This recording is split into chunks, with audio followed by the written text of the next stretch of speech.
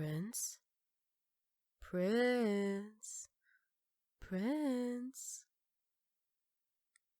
Good. I finally got your attention.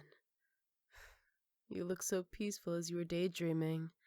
But it is getting late, so I need to get you to your room.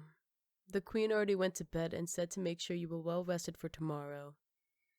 So, how do you want me to carry you today? No, walking on your own is not an option. You know that you are far too important for that. So you either ride on my tail, or I pick you up. You have to choose. Now. Oh, that's so mean of you. My tail is very comfy. You're just saying that because you're embarrassed. Whatever. I'll just carry you. Oh, you're trying to resist, aren't you? That's so cute. But you probably shouldn't struggle too much. Isn't your arm still healing from the last time you tried to resist? You really shouldn't be tempting me like this. Accidents happen so often here, and the queen would be upset if her goods were damaged again. It's my job to look after you and keep you safe. Please just let it happen. See, that wasn't so bad. I have no idea why you need to make such a scene every night. Huh? The Lamnias in the hallway? What about them?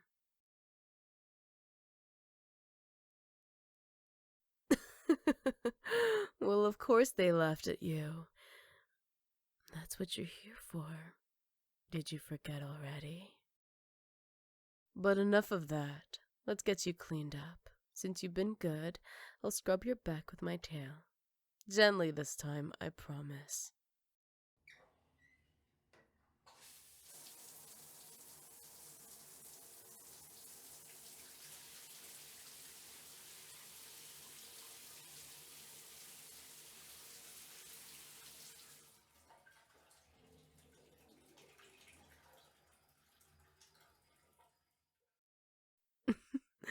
I'm sorry, really. But you have to admit, it was more gentle than usual, right?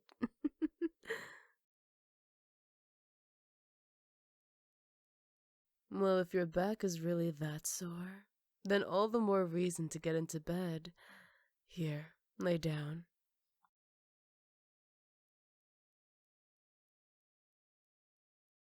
Don't worry, I'll be right here next to you until you fall asleep. Oh, I know. How about I tell you a bedtime story? Don't say that. You are never too old for a bedtime story. I know just the one for you. Once upon a time, there was a wise little prince. His father was a strong but foolish king who wanted to protect his kingdom and its subjects, no matter the cost.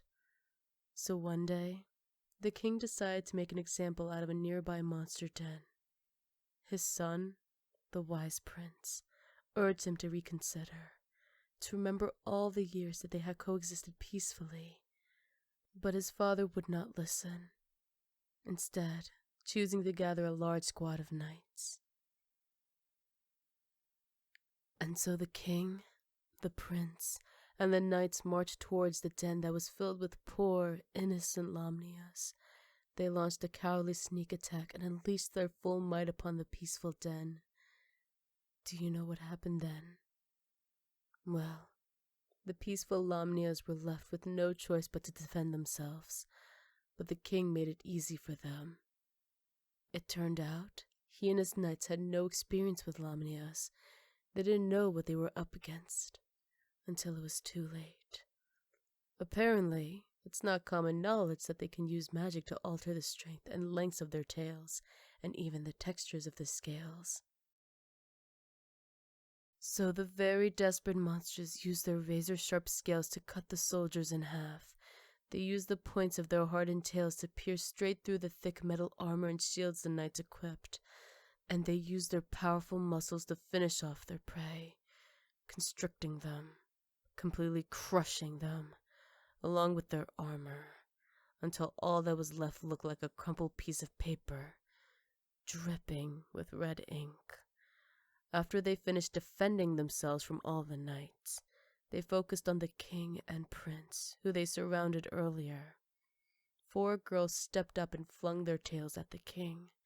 They wrapped around his arms and legs and pulled a little until he was hanging off the ground. Then they kept pulling and pulled some more until... Hey, what's wrong? You're shaking. Is this story not relaxing enough for you? That's weird. It always puts me in a great mood. Just talking about it, I can remember the taste of his crimson rain.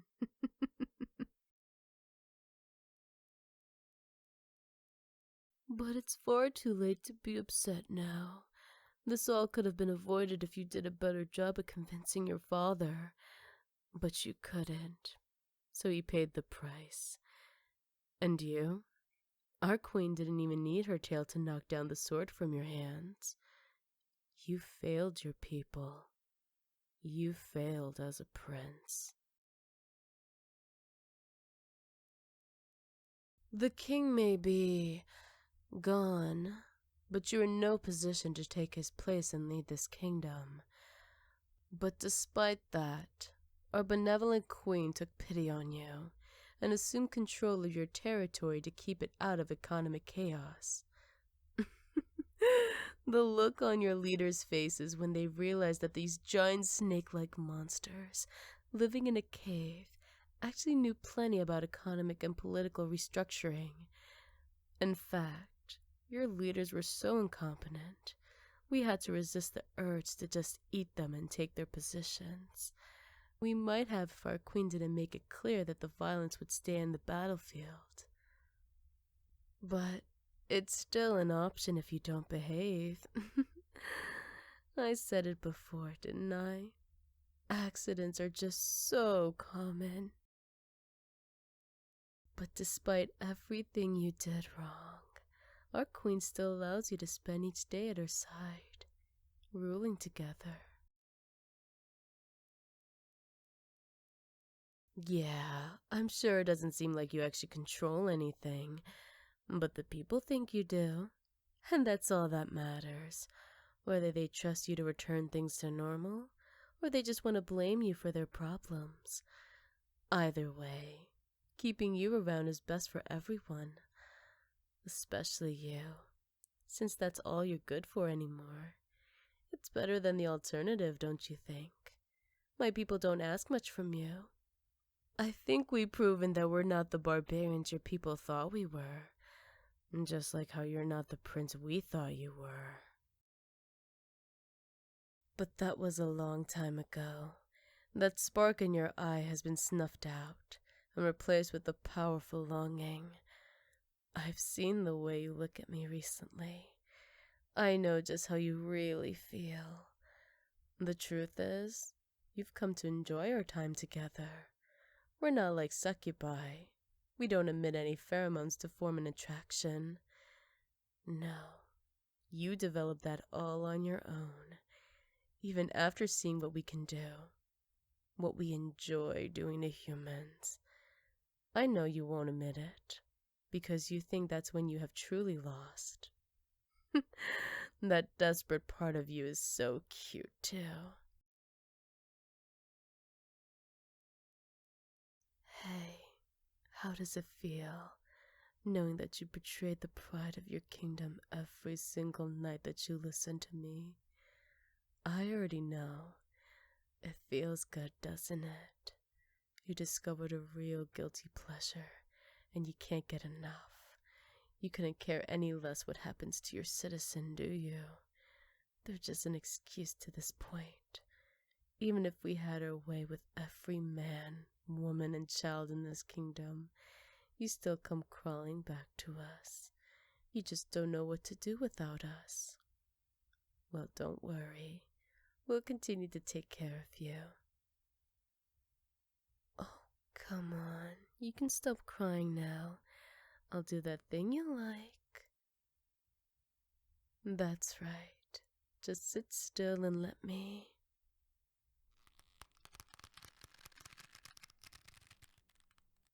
Good, good. Now you're all coiled up and ready for bed. You can't even see anything, can you?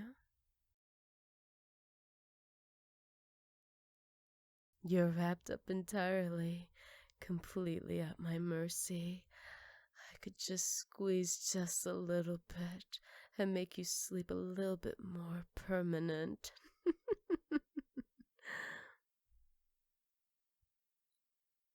But you know I won't. I've also gotten used to your warmth, and replacing it with someone else would be bothersome. Even if the queen decided that she didn't need you around, I'd probably keep you by my side. You don't have to worry about anything anymore. Your father, the people, the other Lamnias, the future. You can leave it to me. Because right now, all you have to do is sleep. Good night, my prince.